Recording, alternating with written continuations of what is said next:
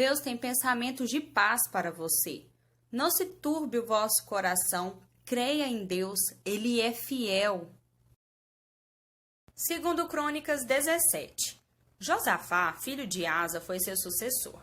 Ele fortaleceu o sistema de defesa contra Israel, designou tropas para todas as cidades fortificadas de Judá e posicionou forças de combate em todo o território de Judá e nas cidades de Efraim, que seu pai Asa havia conquistado.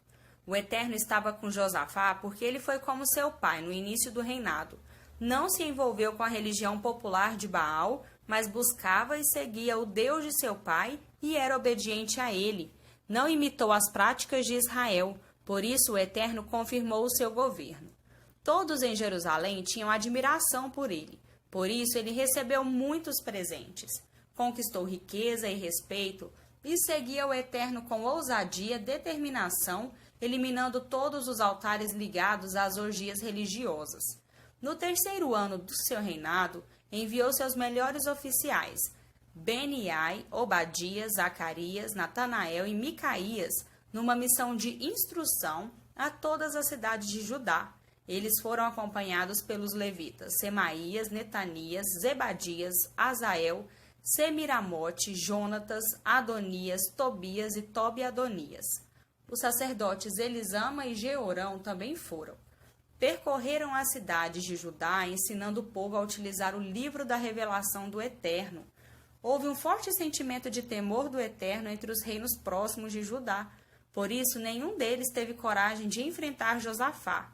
Alguns filisteus até trouxeram presentes e grande quantidade de prata para ele. Os beduínos do deserto trouxeram 7.700 carneiros e 7.700 bodes dos seus rebanhos. Josafá se fortalecia cada vez mais, construindo mais cidades fortificadas e armazéns. Foi um tempo de muita prosperidade em Judá. Ele também tinha combatentes excepcionais em Jerusalém. Os capitães das unidades militares de Judá foram organizados de acordo com suas famílias. O capitão Adna, com 300.000 soldados, Joanã, com 280.000 soldados, Amazias, filho de Zicre, um voluntário a serviço do Eterno, com 200.000 soldados. De Benjamim, Elíada, um valente guerreiro, comandava 200.000 soldados muito bem equipados com arcos e escudos. Josabade, com 180.000 combatentes prontos para o ataque, todos eles estavam sob o comando direto do rei, além das tropas enviadas às cidades fortificadas de Judá. Segundo Crônicas 18. Josafá era dono de uma grande fortuna e muito respeitado, mas se aliou com Acabe de Israel por laços de casamento. Certo dia ele foi visitar Acabe em Samaria. Acabe o recebeu com uma grande festa. Matou ovelhas e bois e serviu ao rei e a sua comitiva. Comeram à vontade. Mas Acabe tinha um plano. Queria que Josafá o apoiasse no ataque a Ramote de Gileade. Portanto, foi direto ao assunto. Você irá me acompanhar na luta para recapturar Ramote de Gileade? Josafá respondeu: sem dúvida, estou com você para qualquer empreitada. As minhas tropas são as tuas tropas, e os meus cavalos, os seus cavalos. Mas ele fez uma ressalva. Antes de qualquer coisa, consulte o Eterno a respeito do assunto. O rei de Israel reuniu cerca de 400 profetas e lançou a pergunta: devemos ir atacar Ramote de Gileade ou não? Mas Josafá insistiu: há mais algum profeta do Eterno aqui a quem possamos consultar? O rei de Israel disse a Josafá: na verdade, há mais um, mas não gosto dele. Ele nunca diz nada de bom a meu respeito. Só prevê destruição e calamidade. É Micaías, filho de Imlá. Josafá disse: o rei não deve falar assim de um profeta. Então o rei de Israel ordenou a um dos seus oficiais: vá buscar Micaías, filho de Imlá. Enquanto aguardavam, o rei de Israel e Josafá estavam sentados no trono, vestidos em trajes de reais, distante dos portões da cidade de Samaria. Todos os profetas profetizavam diante deles. Zedequias, filho de Kenaaná, havia feito um par de chifres de ferro e anunciava: assim diz o Eterno, com esses chifres você ferirá os arameus até não sobrar nada. Todos os profetas clamavam: Amém, Ataque Ramote de Gileade, é vitória na certa. O Eterno a entregará em suas mãos. O mensageiro que foi chamar Micaías disse ao profeta: todos os profetas estão apoiando o rei. É bom que você também diga sim a ele. Mas Micaías disse: assim como vive o Eterno, direi o que o Eterno disser. Quando Micaías se apresentou ao rei, o rei perguntou ao profeta: então, Micaías, devemos atacar Ramote de Gileade ou não? Ele respondeu: vá em frente, é vitória na certa. O Eterno a entregará em suas mãos. O rei disse: quantas vezes já pedi a você que falasse apenas a verdade para mim?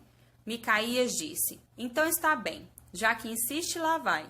Vi todo o Israel espalhado sobre os montes, como ovelhas sem pastor. Ouvi o Eterno dizer: estes não têm quem diga a eles o que fazer. Voltem para casa e façam o melhor que puderem por vocês mesmos. O rei de Israel virou para Josafá e disse: você viu? Eu não disse que ele nunca fala nada de bom a meu respeito, só me dá notícia ruim? Micaías continuou: não terminei ainda. Ouça a palavra do Eterno. Vi o Eterno em seu trono e todos os anjos do exército celestial ao seu redor, à direita e à esquerda. O Eterno perguntou: como poderemos enganar Acabe para atacar Ramote de Gileade? Alguns diziam uma coisa, outros diziam outra, até que um anjo deu um passo à frente, pôs-se diante do Eterno e disse: eu o enganarei. O Eterno perguntou: de que maneira você o enganará? O anjo respondeu: é fácil. Farei que todos os profetas mintam. O Eterno disse: se você acha que consegue enganá-los, vá em frente e seduza-os. E foi o que aconteceu. O Eterno pôs um espírito mentiroso na boca de todos estes profetas. Mas foi o Eterno que decretou essa calamidade. No mesmo instante, Zedequias, filho de Kenaaná, deu um murro no nariz de Micaías e disse: desde quando o espírito do Eterno me abandonou e se apossou de você? Micaías disse: você logo saberá. Você descobrirá quando estiver apavorado, procurando um lugar para se esconder. O rei de Israel disse: levem Micaías daqui. Entregue-no a Amon, juiz da cidade, e a Joás, filho do rei, com este recado: o rei mandou pôr este homem na cadeia. Ele deve ser tratado a pão e água até que eu volte em paz. Micaías disse: se você voltar inteiro é porque não sou profeta do Eterno. Disse ainda: quando acontecer tudo isso, ó povo, lembre-se de quem vocês ouviram isto. O rei de Israel e Josafá, rei de Judá, atacaram Ramote de Gileade. O rei de Israel disse a Josafá: use seu traje real, eu vou me disfarçar e entrar na guerra. E o rei de Israel entrou disfarçado na guerra. O rei da Síria havia ordenado aos 32 comandantes dos carros de guerra: não se preocupem com os soldados, sejam eles fortes, sejam fracos. O alvo de vocês é o rei de Israel. Quando os comandantes dos carros viram Josafá, disseram: ali está ele, o rei de Israel, e foram atrás dele. Mas Josafá gritou, e os comandantes perceberam que estavam perseguindo o homem errado. Desistiram de persegui-lo porque não era o rei de Israel. Naquele momento, um soldado lançou uma flecha sem alvo específico contra o exército, e ela atingiu o rei de Israel nas juntas de sua armadura. O rei disse ao condutor do carro: dê meia volta, tire-me daqui porque estou ferido. A batalha foi intensa o dia inteiro. O rei observava o combate escorado no seu carro. Ele morreu naquela noite. Novo Testamento. João 13, do 1 ao 20. Às vésperas da festa da Páscoa, Jesus sabia que havia chegado a hora de deixar este mundo e ir para o Pai. O amor que dedicou aos seus queridos companheiros permaneceu até o fim. À hora da ceia, o diabo havia dominado Judas, filho de Simão, tendo tudo preparado para a traição. Jesus sabia que estava no comando, porque o Pai havia determinado assim. Ele tinha vindo de Deus e estava no caminho de volta para Deus. Então levantou-se da mesa, pôs a túnica de lado e vestiu um avental.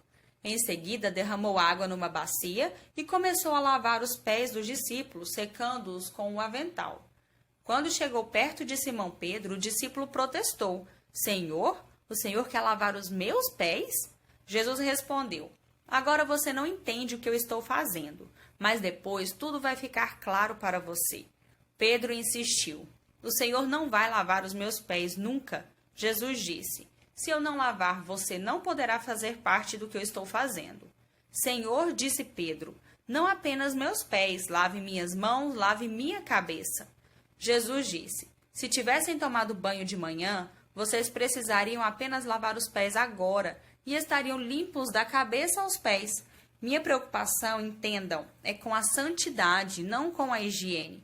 Porque agora vocês estão limpos, mas nem todos. Ele sabia quem o traía, por isso disse, nem todos. Depois de lavar os pés dele, Jesus vestiu a túnica e retomou seu lugar à mesa. Então ele disse: vocês entendem o que eu fiz? Vocês me chamam de mestre e senhor e estão certos. É o que eu sou. Então, se eu, o mestre e senhor, lavei os pés de vocês, lavem também os pés uns dos outros. Estabeleci um padrão aqui. O que eu fiz, façam também. Estou apenas destacando o óbvio. O empregado não está acima do patrão. O empregado não dá ordens ao seu empregador. Se vocês entendem o que eu estou dizendo, façam o que eu digo e vivam uma vida abençoada. Não incluo todos vocês nisso. Conheço muito bem aqueles que escolhi, mas para não interferir no cumprimento dessa passagem das Escrituras, aquele que comeu pão à minha mesa virou o calcanhar contra mim. Estou dizendo antes que aconteça, para que quando acontecer, vocês acreditem que sou o que eu digo ser. Entendam bem, receber alguém que eu envio é o mesmo que me receber, e me receber é o mesmo que receber aquele que me enviou.